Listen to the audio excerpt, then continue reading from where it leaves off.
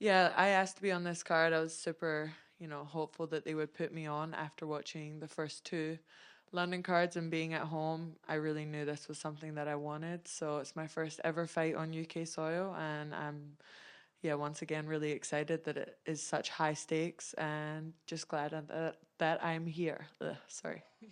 Does it have a different feel this week? Yeah, it's cool. This is the furthest that I've ever traveled for a fight, so it's super cool. And then just obviously being back home, UK soil is cool as well. And of course, you're coming back from an ACL injury. Can you talk a little bit about, how that was to process for you? Because obviously you were on such a run, and for that to halt your run, and what the recovery has been like for you. It was hard at the start, obviously, never been injured like that before, never been out for that long, but I just took it as a learning opportunity and rehabbed as hard as I could. And, I'm back a lot faster than anybody said I would be. So I think that just proves who I am as a person and what I'm willing to go through to be here and to be able to fight.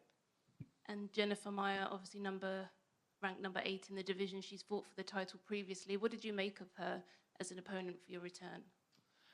Yeah, I asked for this fight. I thought it would be a great fight for me.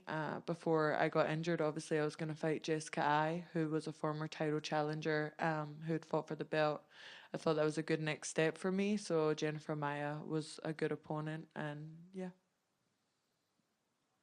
Why specifically did you ask for Jennifer Maia? Was it because looking at her record, everyone she's lost to has been champs or former champs? So do you just view this as a good test for where you are in your career? Yeah, I wanted to fight in the top 10, and I wanted to fight someone who'd fought for the belt. So she didn't have a fight, and I was at her fight with Marina Moroz, I think. So I just said to Hunter, hey, I want this fight in London if we can do it. And he agreed and did it for me. So you were eyeing her in that fight specifically?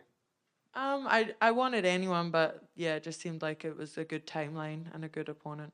She has a lot of submissions and knockouts, but most of her victories have come by decision. So when you're watching her fight, she kind of has this ability to pull her opponents into her game plan and kind of fight out of their element. So I guess what do you bring to the table that maybe her past opponents haven't? Well, no one's been able to do that to me ever, so I don't think she's going to be able to do that to me. But you'll just have to wait and see what I'm going to bring on Saturday. And obviously, new champion in your division. What do you make of the landscape of the title right now in Valentina's loss?